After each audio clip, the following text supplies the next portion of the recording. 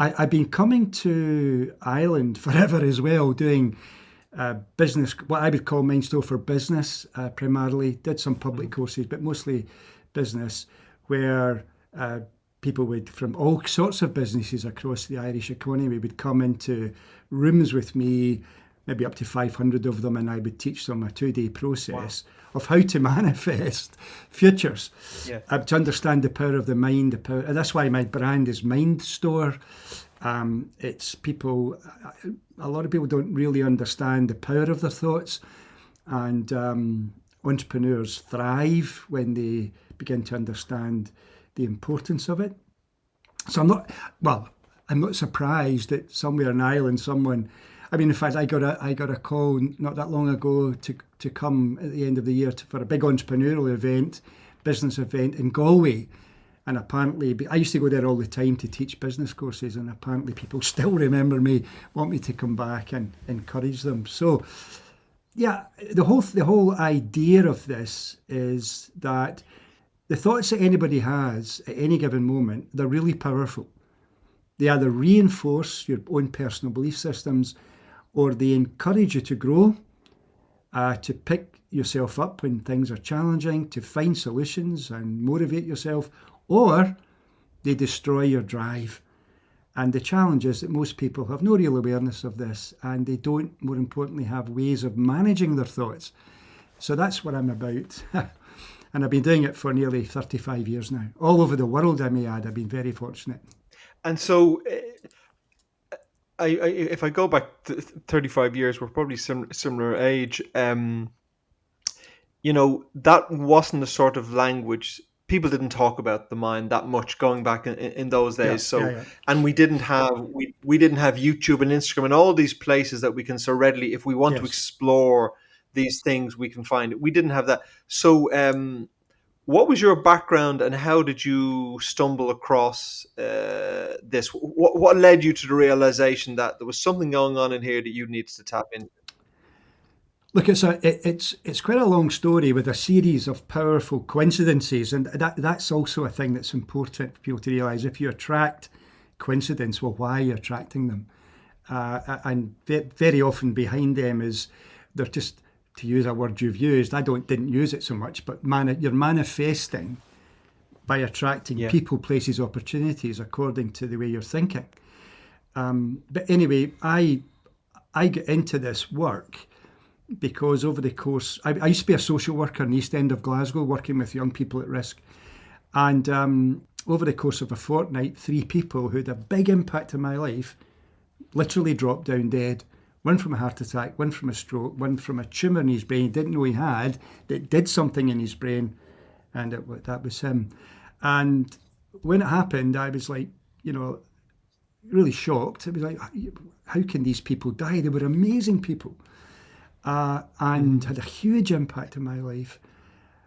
And then when I looked behind it, I realised what killed them was stress.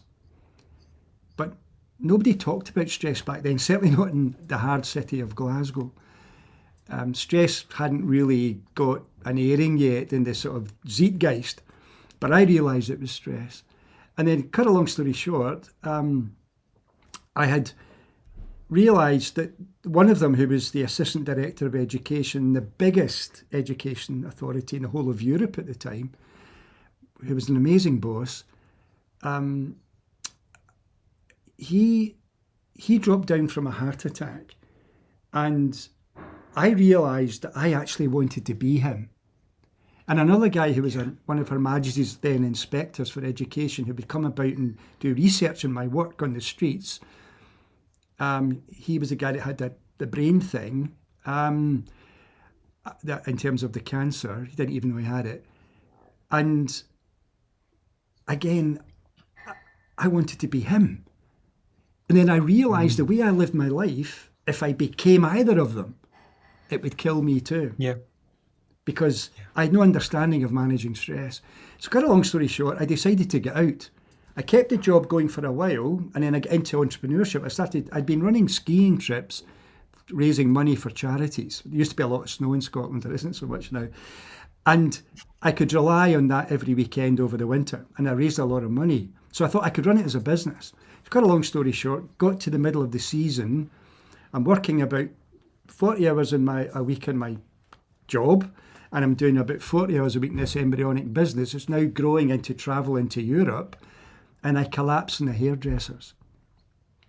And it was the collapsing, regaining awareness as I'm lying on the floor in the hairdressers in Glasgow and realising I was getting the first, maybe my last warning. You can't live your life like this.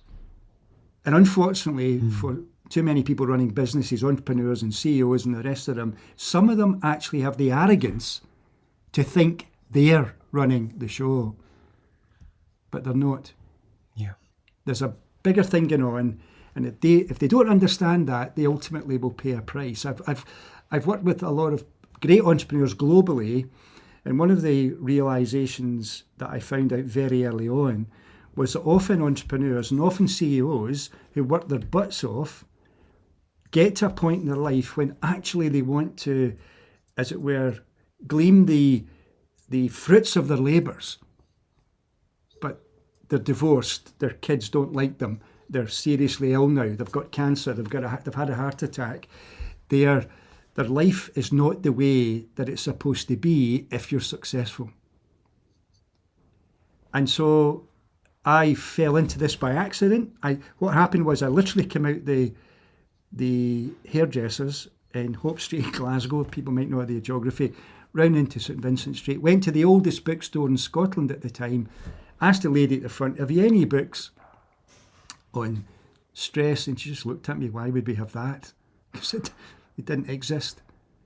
So I went searching. There wasn't the internet. There was only books, and go to a library. And before I knew where I was, I started to uncover the magic of the power of thought. It's a long story, but eventually I literally had a dream. And in the dream, I had this idea of, there would seem to be a house with a big red roof on it across a river.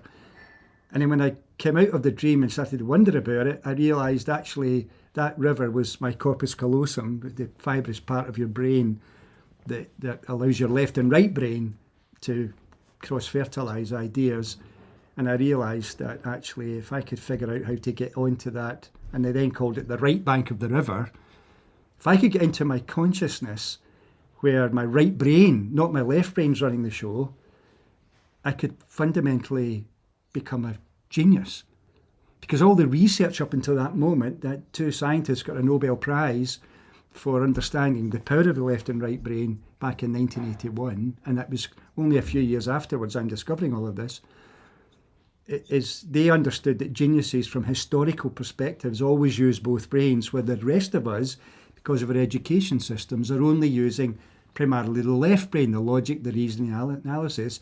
And so you get these arrogant people in business just dismissing the idea of intuition. And the funny thing is, when I've sat in the front of the greatest and most successful entrepreneurs in the world sometimes, certainly in my own country and in your own, and more importantly, leading CEOs, when you get to the time to talk to them, they will admit privately that most of their decisions have been made in their gut. They've gathered all the information they need. I mean, some of them have attracted amazingly talented staff, leading figures into their boardroom who've got amazing left brains or into their leadership team, and they'll listen to them, but then they'll quietly go off and process it, and from their intuition they'll make a decision. But if entrepreneurs trust themselves to say that publicly on the endless conveyor belt of conferences and meetings of the type you were at the other day there, very few are going to admit that because people laugh at it. Yeah, I think the interesting thing is that the event, and that's what struck me when Mark mentioned it Yes. at the event I was at.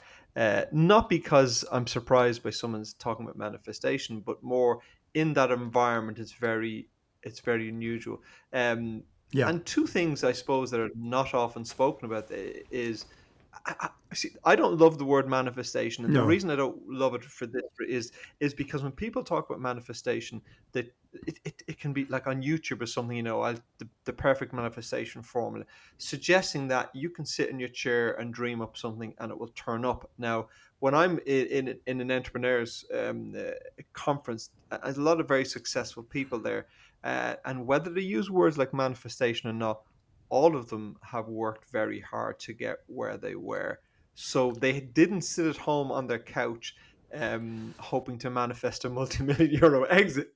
They did probably start it, but the other thing that's not often spoken in those rooms is this is the impact, is the danger of stress, and how we, as in a macho environment, tend to wear the stress almost as a badge of honor, as opposed to going, this is potentially something very dangerous, or even lethal. Well, absolutely. It is lethal. That's the point. I got into this work because, as I say, 3 people dropped down dead, all because of stress, all those years ago. And all these years forward, you'd think we would understand it. You would think we would be looking after ourselves, especially CEOs and leaders. But the truth is, they are so arrogant. And I hope they can hear this. Some of them are so arrogant, they think it's about them. I've created this. I've done this through my hard work. The ones who are really, really, really understanding their journey know they've constantly been able to trust what they've attracted by coincidence as they've journeyed. They've worked hard, but and you're right about, sitting in a chair somewhere with a candle and some scents and get into new age nonsense, and just kind of thinking you'll manifest something. Absolute nonsense. That's not what this is about. And that's why I don't like the word manifest either. I mean, I've worked with serious the biggest companies in the world I've worked with. I've worked up and down their organisations. Not because I went in with some mumbo jumbo, because I went in with technique and method based on science. And the power of it is just extraordinary. And what's wonderful is that if you go back to the reason why I get involved in entrepreneurship, because in Scotland we realised that the big giant companies would come in, I'm going to use this, they would almost rape our country and then leave again. And we realised that, and there was wonderful research done by the then Scottish Enterprise people, who are a government agency. And what they found was that, listen to this, 85% of Scots at that time would love to have their own business. 85%. Now that's extraordinary. And we realised if we could release the passion that was in our nation, we wouldn't need these big global giants to come in and do what they do. But in fact, we create our own wealth, and that's why we get passionate about it and get into it.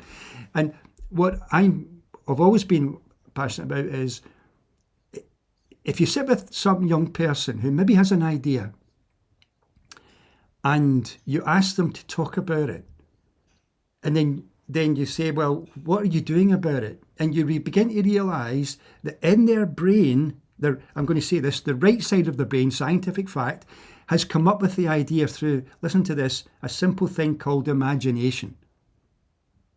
They've imagined a future that kind of inspires them. They can see it being successful, but because of the power of the left brain, Paul, their left brain, they don't understand it, comes in and says to them, but how are you going to do that? And now they don't know. And what happens across your nation and my nation and throughout the entire world is potential geniuses who don't understand the way their brain works give up. Or they've got their idea, they go along, they go and see a bank. What a stupid thing to do, by the way. Where our banks don't really understand us even yet. You go along to a bank to see if you can raise money to start your business, and the person you're asking, if they were smart enough, they'd be running a business. Yeah. And someone who's got a huge left brain of education and structure in a bank says no.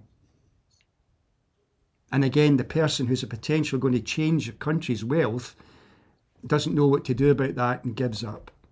And this is why I'm so passionate about it.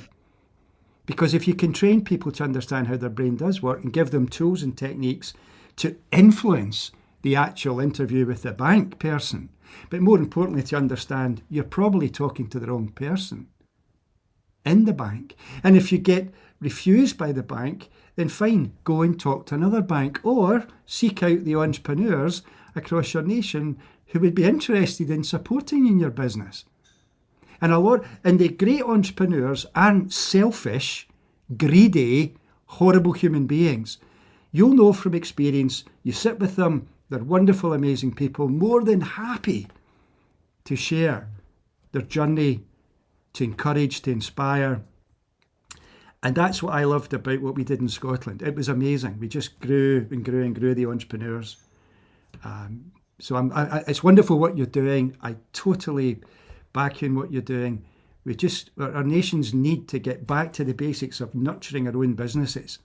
Yeah, well, I had an interesting conversation with an entrepreneur several months ago, and he was talking about how many entrepreneurs of our age, they've been in business for decades, and they're now selling their businesses, which is fine. They're entitled, and it's often bought by a multinational or something.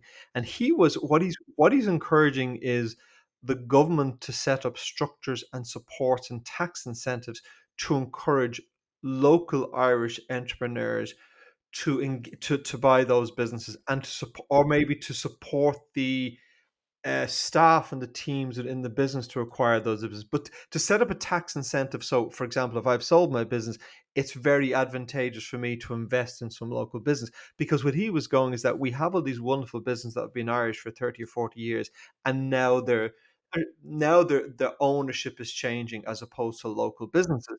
And he was going, can we keep these as Irish businesses? Because when you have local owners, they care more about the people, they care more about the locality, all of these sort of things. But I want to take you back to something you said. You were talking about this, this young guy or lady, and they have this idea, and the ideas come from their intuition. Or their imagination. I suppose imagination. Their imagination. Yeah. Their imagination. Which means, well, sorry, I'm going to say what I think it means, and you correct me. Which means it just popped into their idea out of nowhere. They probably had an idea. They saw something, and they go, "Hold a sec, that's a great idea." Yeah. And that's in the right brain, if I'm correct. Yes, that's correct. And then in the left brain goes, "Are you crazy? You could never do that," etc., etc.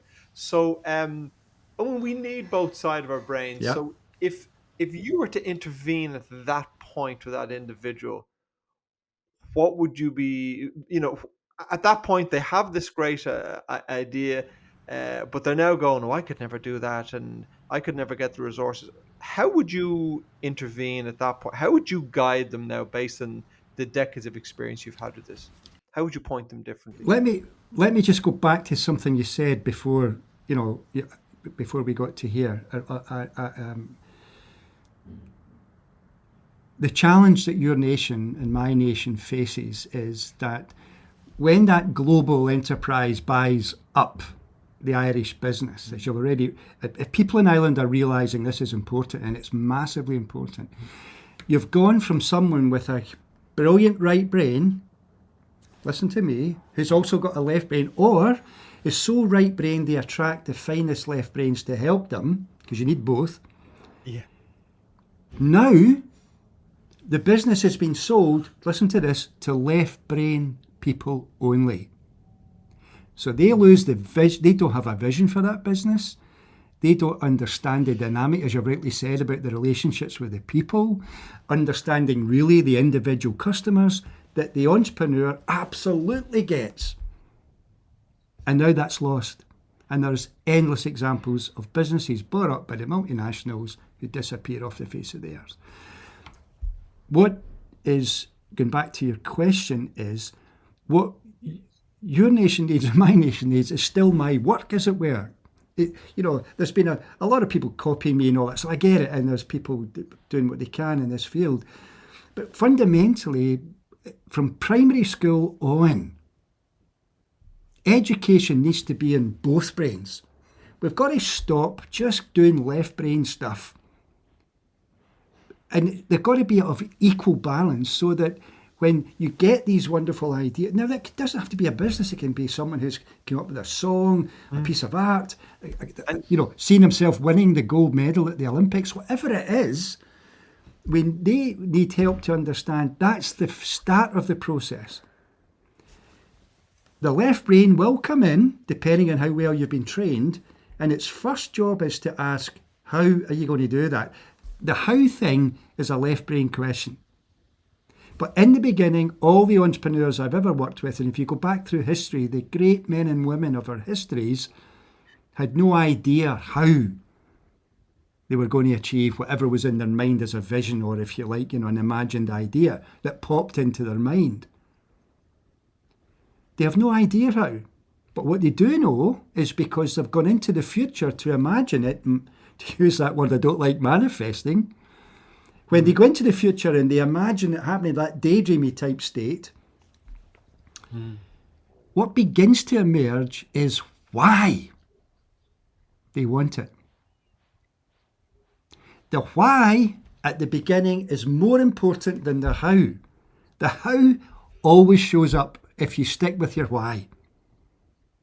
And see, you and I can maybe intellectually get this. I totally understand. I've been doing it for 35 years. Never been proved wrong, by the way.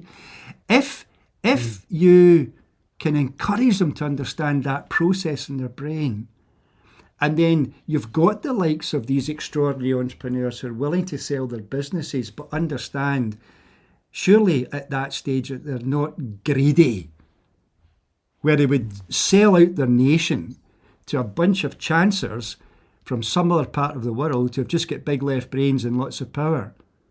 Why wouldn't they come back to the beauty of Ireland and my own nation, Scotland, and encourage local youngsters or people who are doing well within a normal type of business, move into the entrepreneurial space, encourage them, support them, nurture them?